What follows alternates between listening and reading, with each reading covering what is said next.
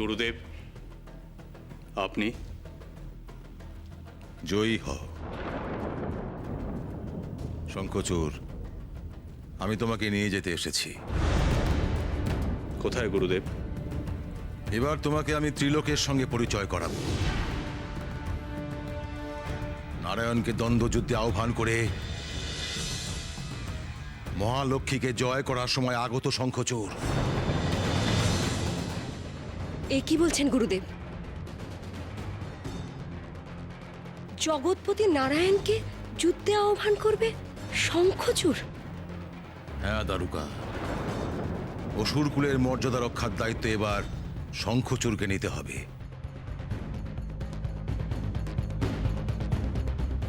এতকাল তাকে প্রকাশ্যে আনিনি, কারণ তার গ্রহ দশা শুভ ছিল না।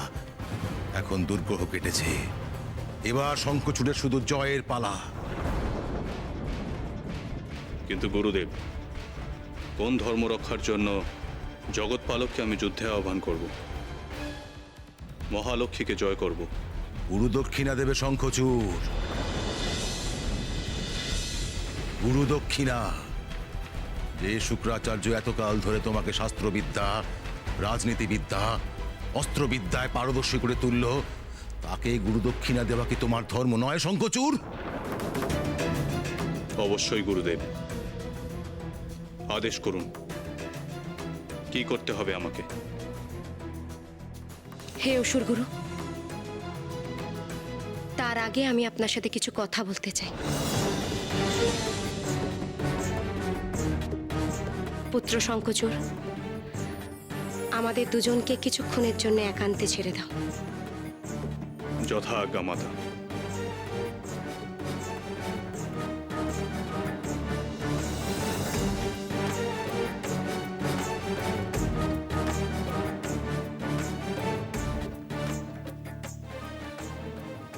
হে অসুরগুরু, একদিন আপনি শঙ্খচূড়কে আমার হাতে লালন পালনের জন্য তুলে দিয়ে বলেছিলেন, এই পুত্র একদিন আমায় যশ ও ক্ষমতা এনে দেবে। আজ আপনি গুরুদক্ষিণার কথা বলছেন। কই, মাতৃঋণ শোধ করার কথা তো বলছেন না। দারুকা, শঙ্খচূড় ত্রিলোক জয় করবে। শঙ্খচূড়ের পাশে থাকবে মহালক্ষ্মী। তোমার চিন্তা কিসের? তুমি হবে ত্রিলোকাধিপতির মাতা। তাহলে স্বর্গ আক্রমণ না করতে বলে নারায়ণের সাথে যুদ্ধ করতে কেন বলছেন গুরুদেব? দারুকা, তুমি ভুলে যাচ্ছ, শঙ্খচূড় কোনো সামান্য অসুর নয়। স্বয়ং নারায়ণ তাকে গত জন্মে বর দান করেছিলেন। সেই বর অনুযায়ী এই জন্মে সে একবার বৈকুণ্ঠ জয় করবেই। তা যদি সত্যি হয়, তাহলে ত্রিলোক জয় বাধা কোথায়? আর বৈকুণ্ঠপতিকে জয় করার অর্থ তার পত্নীকে অধিকার করা। অসুরকুলে নিয়মই তাই। সুতরাং মহালক্ষ্মীকেও জয় করবে সে। হ্যাঁ, তোমার চিন্তা কিসের? শঙ্খচূড়ের পাশে বিরাজ করবে দেবী মহালক্ষ্মী। দেবী মহালক্ষ্মী থাকবে অসুরকুলের পক্ষে। তোমার চিন্তা কোথায়? যাও, যাও গিয়ে শঙ্খচূড়কে প্রস্তুত করো। তাকে সাহস দিয়ে বলো যে সে অজেয়।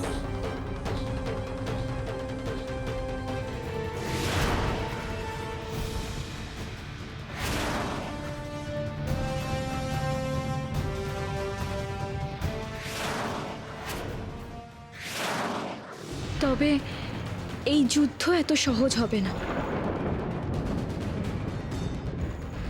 অসুর গুরু এত সহজে হার মানবে না। এবার অসুরদের আমরা উচিত শিক্ষা দিতে চাই দেবী। দেবগণ যুদ্ধের জন্য মানসিকভাবে প্রস্তুত। কাল প্রত্যুষে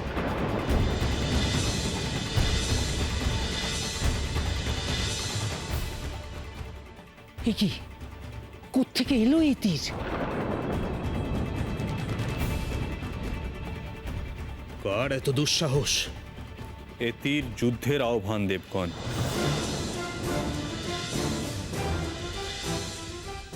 অসুর শঙ্খচূড় আমাকে দ্বন্দ্বযুদ্ধে আহ্বান জানালো।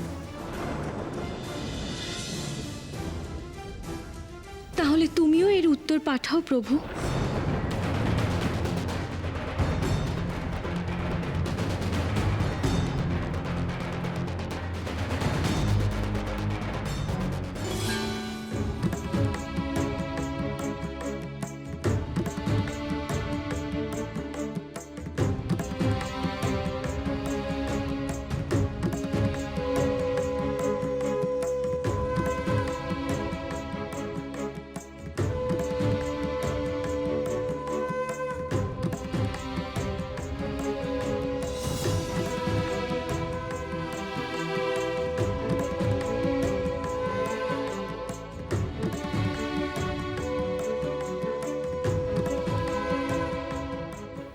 দক্ষিণা দান করতে আমি আসছি নারায়ণ।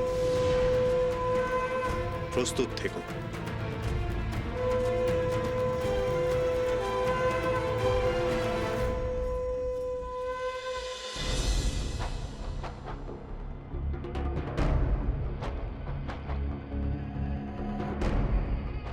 হে বৈকুণ্ঠপতি নারায়ণ,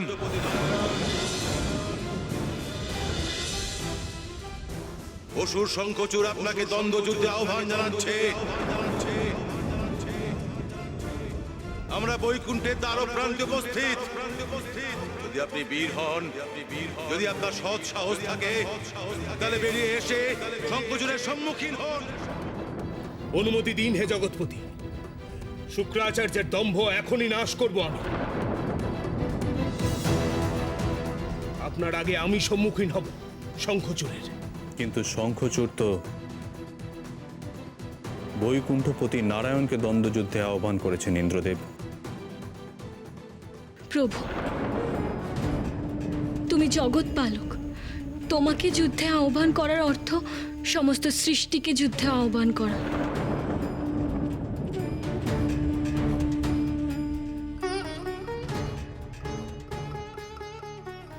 পুত্রী সঠিক কথাই বলেছে হে জগৎপালক। যাও দেবরাজ, তুমি শঙ্খচূড়ের সাথে দ্বন্দ্বযুদ্ধে লিপ্ত হও। ওই ষট শুক্রাচার্যকে উচিত শিক্ষা দাও, বন্দি করো শঙ্খচূড়কে। যাও। যথাজ্ঞা পিতা। আজ শঙ্খচূড় দেখবে দেবরাজ ইন্দ্রের শক্তি। প্রণাম।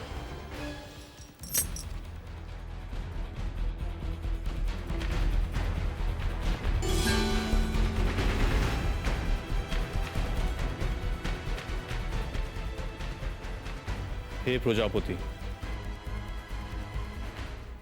আপনি কেন পাঠালেন ইন্দ্রদেবকে?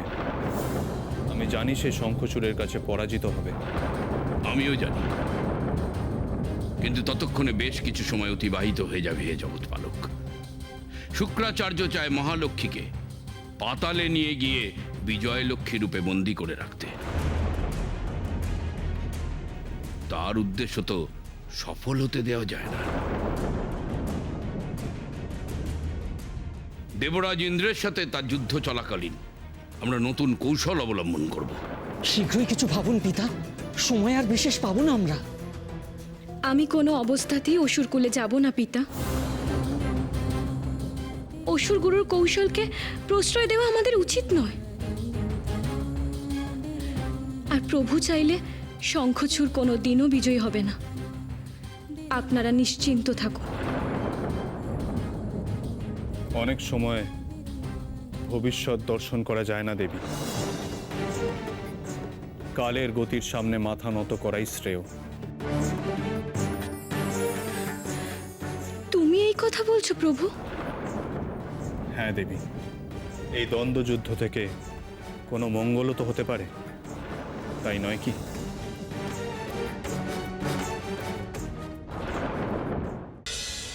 হে পিতা, প্রভু, মাতা, ইন্দ্রদেব পরাজিত হয়েছেন।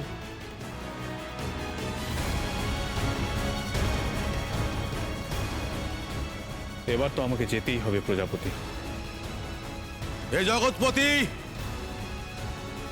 কোথায় আপনি? কোথায় লুকিয়ে আছেন? বেরিয়ে আসুন। সম্মুখীন হন মহাসুর শঙ্খচূড়ের সঙ্গে। জগৎপতি, কোথায়? কোথায় আপনি?